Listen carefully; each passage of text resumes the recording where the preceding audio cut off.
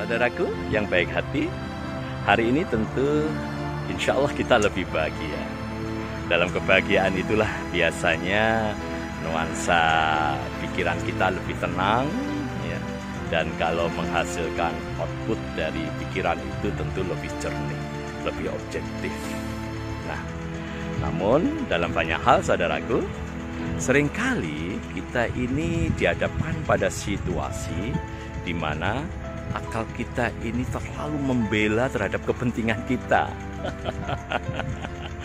Secara tidak sadar bahkan ya, apa yang kita hadirkan dalam pikiran kita itu selalu membela kepentingan kita. Misalnya ya, kita ternyata dalam berpikir itu menunjukkan ingin terus mempertahankan kekuasaan kita, ya, jabatan kita, ya, bahkan kekayaan kita, ya, hak-hak intelektual atau reputasi intelektual kita. Nah, dalam kondisi semacam ini, saudara, biasanya di dalam diri kita itu susah untuk menerima tausiah dari orang lain, ya, peringatan dari orang lain, kritik dari orang lain, ya. Kita dalam banyak hal merasa apa yang kita pikirkan itu sudah benar.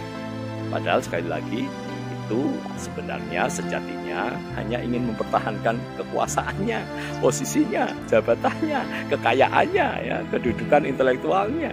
Nah, kalau kondisinya semacam itu, tentu yang harus kita waspadai, situasi kita semacam ini sedang menunjukkan bahwa akal kita itu dijajah oleh nafsu, ya. Akal kita dijajah oleh nafsu. Maka implikasinya dalam kehidupan sehari-hari, ya, kita ini menjadi sulit untuk berpikir objektif, ya, sulit untuk menerima pemikiran orang lain, ya, sulit untuk mengembangkan cara berpikir positif, husnudzon. Itu susah sekali. Yang muncul curiga-curiga, ya, selalu pikiran orang lain dianggap lemah, rendah, tidak bermutu dan sebagainya. Nah, kondisi-kondisi semacam inilah yang sebenarnya harus kita koreksi di dalam penampilan akal sehat kita, ya.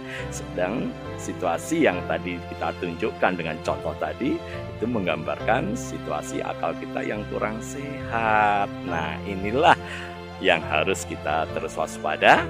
Dengan harapan kewaspadaan ini akan memberikan nilai tambah bagi kedewasaan kita berpikir. Ini tidak ada hubungannya dengan umur, ya.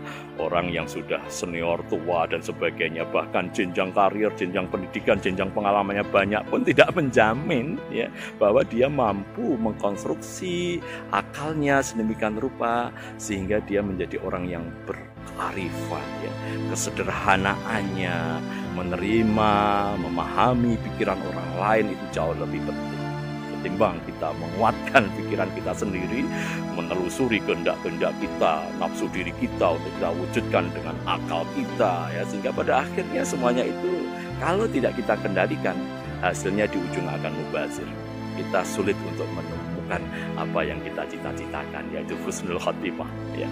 Padahal mimpi kita bersama yang utama dalam hidup ini agar kita menjadi ujung hidup kita ini husnul khotimah. Oke, selamat berjuang. Mari kita upayakan kebaikan dalam akal kita untuk mengkonstruksi pikiran yang lebih baik, lebih sehat, dan tidak dikendalikan oleh nafsu diri kita.